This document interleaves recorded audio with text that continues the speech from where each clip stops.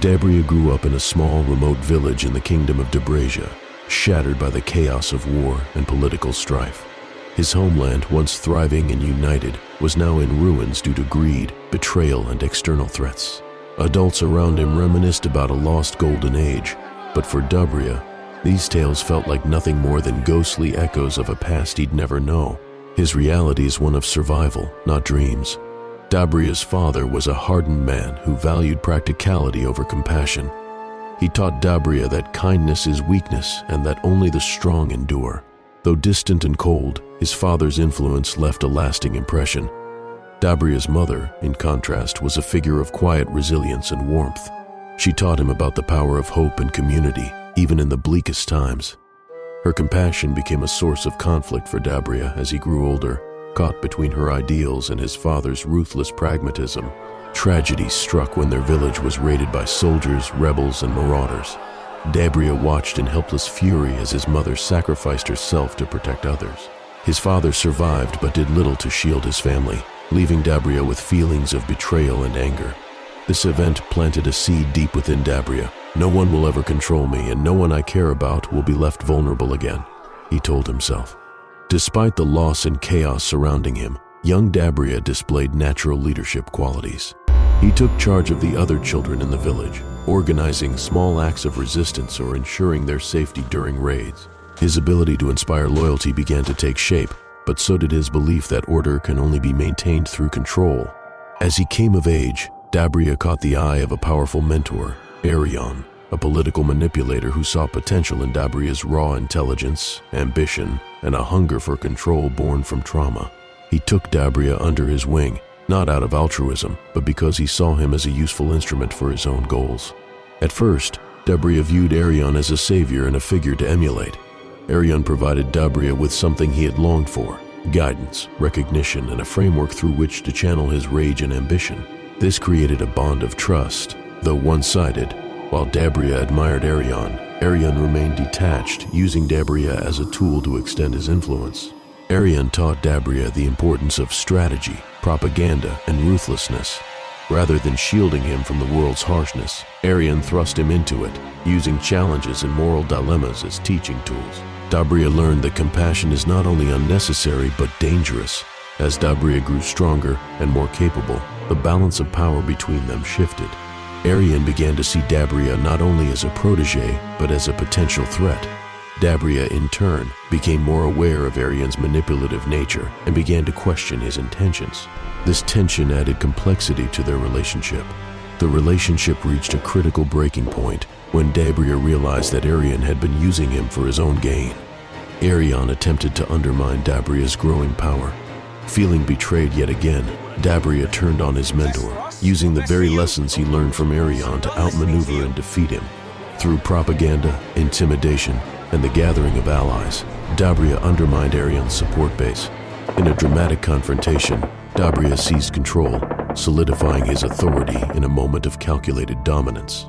Despite their shared history, Dabria could not afford to leave Eryon alive. Viewing Eryon's existence as a threat to his rule, Dabria made the chilling decision to have him executed. The public execution itself was used as a display of strength and a warning to potential dissenters. This moment was not just about power, it was also deeply personal. Having been shaped by Eryon, Dabria felt a mix of triumph, bitterness, and loss. Dabria fully embraced his belief that mercy is weakness. In their final conversation before the execution, Eryon taunted Dabria, claiming that his actions will haunt him forever. These words lingered in Dabria's mind as he continued his rise to power. Eryon's execution was a defining moment for Dabria. It marked his complete transformation into a ruler who prioritized control above all else. Yet, the lessons Eryon taught remained ingrained in Dabria's actions, shaping his reign and fueling his inner conflict. Dabria established his authority through a combination of fear and strategic brilliance. Laws were rewritten to consolidate power. Dissent swiftly silenced, and any opposition was met with overwhelming force. The people, while resentful, found themselves unable to resist due to Dabria's calculated suppression of rebellion. Dabria's regime used propaganda to shape public perception. Statues and murals depicted Dabria as the savior of the land and a symbol of strength who brought order to chaos. The golden age that the older generation spoke of was reimagined as something only Dabria could restore. A network of spies and informants infiltrated every corner of society, ensuring that no whisper of rebellion went unnoticed. This fostered an environment of paranoia, turning even families and friends against one another. While Dabria's methods were ruthless, his leadership brought undeniable advancements. Roads, infrastructure, and cities flourished under his rule. Technology and military power grew exponentially, and the nation became a formidable force on the global stage. Dabria's strict policies eliminated corruption and inefficiency, creating a more stable economy. However, this prosperity came at the cost of freedom, as the people were forced into compliance. Dabria's army became an unparalleled force, both feared and respected. They justified their military buildup as a necessity to protect the nation from external threats, though it was also a means to suppress internal rebellion.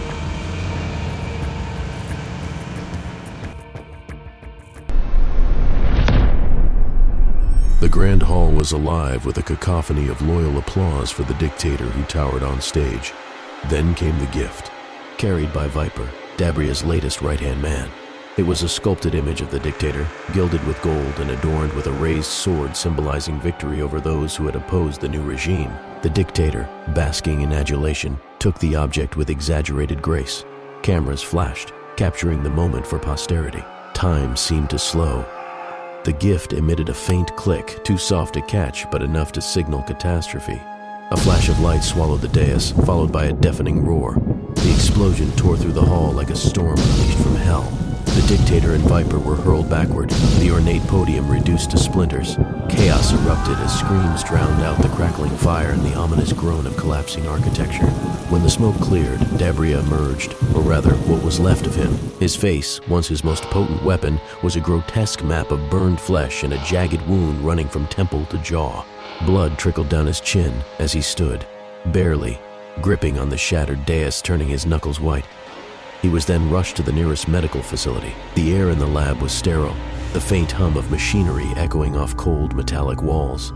A team of scientists surrounded Dabria, their expressions unreadable behind masks and goggles. He lay strapped to a steel table, his body battered and broken from the explosion. The overhead light cast sharp shadows across his ruined face, a constant reminder of the horror he had endured. "This will hurt," one of the scientists murmured, her voice clinical yet tinged with regret. She adjusted a dial on the machine, and a swarm of robotic arms descended from above, each equipped with surgical instruments that glinted like blades of silver. Pain surged through him as the procedure began.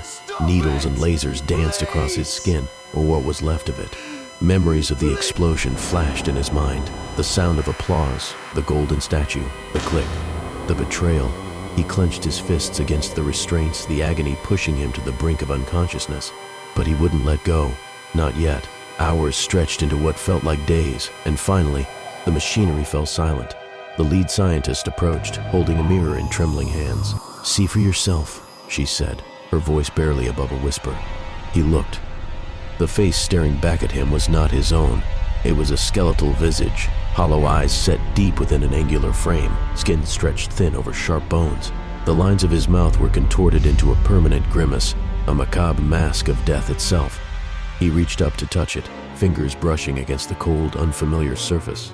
It was as if the man he once was had been erased, replaced by something darker, something more, unstoppable. "Now," the scientist continued, stepping back, "you are unrecognizable. But remember, this face comes with a cost. The world will fear you, and they will never forget what you are." He stood, unsteady at first, then stronger as resolve filled him. This face, this skeletal mask, wasn't just a scar, it was a weapon, and he intended to wield it.